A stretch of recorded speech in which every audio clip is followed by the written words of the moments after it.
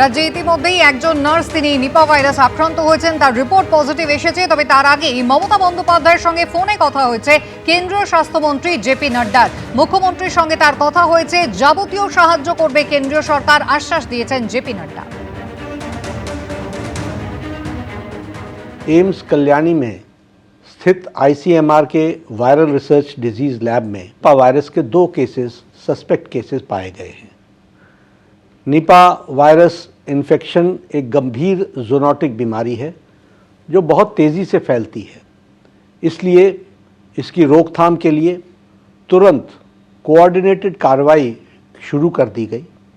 कल रात इन केसेस की सूचना मिलते ही हमारे भारत सरकार के स्वास्थ्य सचिव ने वेस्ट बंगाल के मुख्य सचिव और प्रिंसिपल सेक्रेटरी हेल्थ के साथ स्थिति के बारे में चर्चा की और आज ही मैंने मुख्यमंत्री वेस्ट बंगाल के ममता बनर्जी की से बातचीत की है और उनको हमने कहा है कि आप निर्देशित करें अपने एक्सपर्ट टीम को कि वो एक्टिवली भारत सरकार के टीम के साथ मिलकर इसके रोकथाम में पूरी ताकत लगाएं।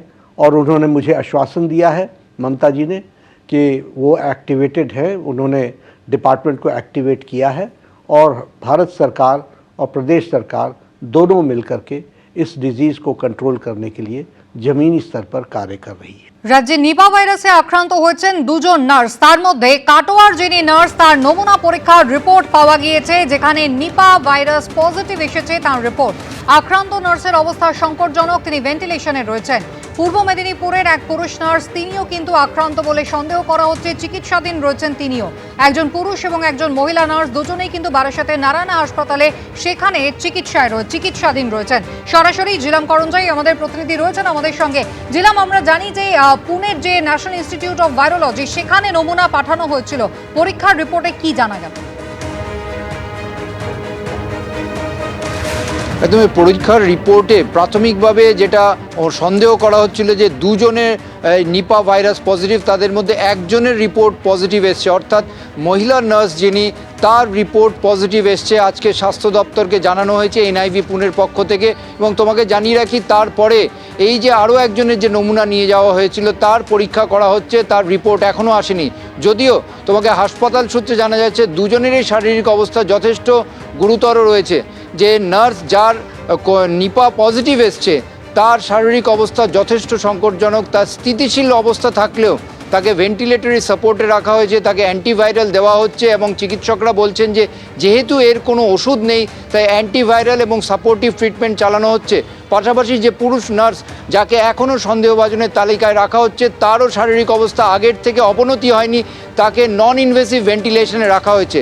পাশাপাশি যারা এই দুজনের সংস্পর্শে এসেছিল তাদের মধ্যে 26 জন স্বাস্থ্যকর্মীর নমুনা সংগ্রহ করে পরীক্ষার প্রক্রিয়া শুরু হয়েছে। এর পাশাপাশি আরও 50 জনের নমুনা প্রক্রিয়ার সংগ্রহের কাজ শুরু হয়েছে এবং স্বাস্থ্য দপ্তরের সঙ্গে ইতিমধ্যে আজকে কেন্দ্রীয় স্বাস্থ্য মন্ত্রকের যে 5 সদস্যের যে কোঅর্ডিনেটিং টিম আছে তারা বৈঠক করেছেন। তারা বিভিন্ন জেলায় জেলায় এই সন্দেহভাজন ব্যক্তি এবং নিপা পজিটিভরা গিয়েছিলেন সেখানে তারা যাবেন, সেখানে স্বাস্থ্য প্রশাসনের সঙ্গে কথা বলবেন এবং সব মিলিয়ে যাতে এটা নিয়ে উদ্বেগ আতঙ্ক না ছড়ায় এবং যে পদক্ষেপগুলো সঠিক হয় সেই বিষয়টা তারা দেখছেন।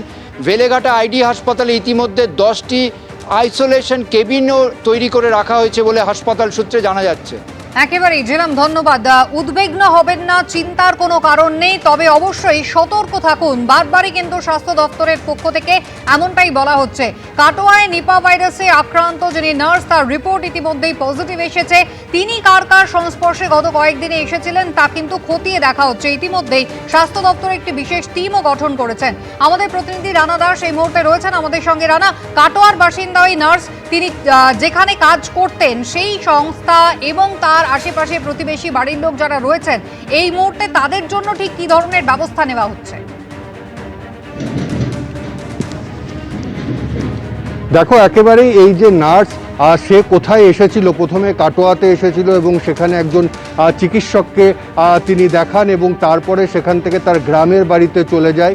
এই পুরো বিষয়টা কিন্তু সার্ভেলেন্সে রাখা হয়েছে এবং কারা কারা তার সংস্পর্শে এসেছে যেমন কাটোয়া মহকুমা হাসপাতালে 3 তারিখে ভর্তি হয়েছিল এবং সেখানে ঘন্টা 2 ছিল, সেখানে 4 জনকে চিহ্নিত করা হয়েছে। সেই সময় 2 জন নার্স এবং একজন সাফাই কর্মী তার সংস্পর্শে এসেছিল এবং একজন গাড়ির ড্রাইভার অর্থাৎ অ্যাম্বুলেন্সের ড্রাইভার যে বর্ধমান নিয়ে গিয়েছিল।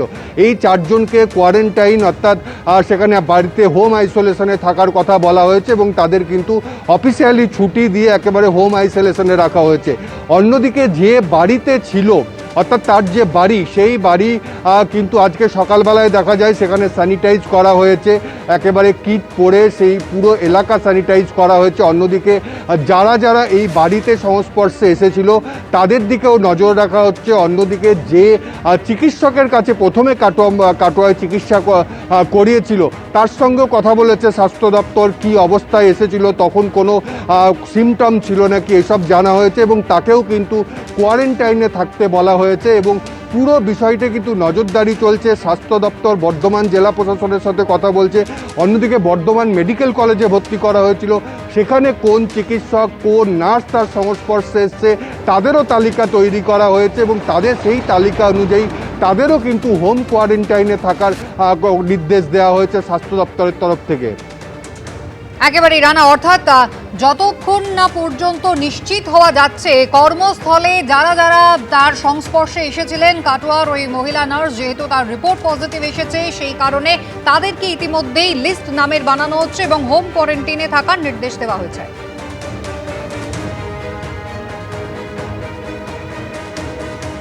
শিওময় অফিস থেকে একজন ভদ্রমহিলা ফোন করেছিলেন, ডেপুটি 3 ম্যাডাম বললেন ডেপুটি 3 যে ওটা মানে কনফার্ম নয়, তবে নিপা ভাইরাস হলেও হতে পারে, তা আপনাকে জানানো হলো।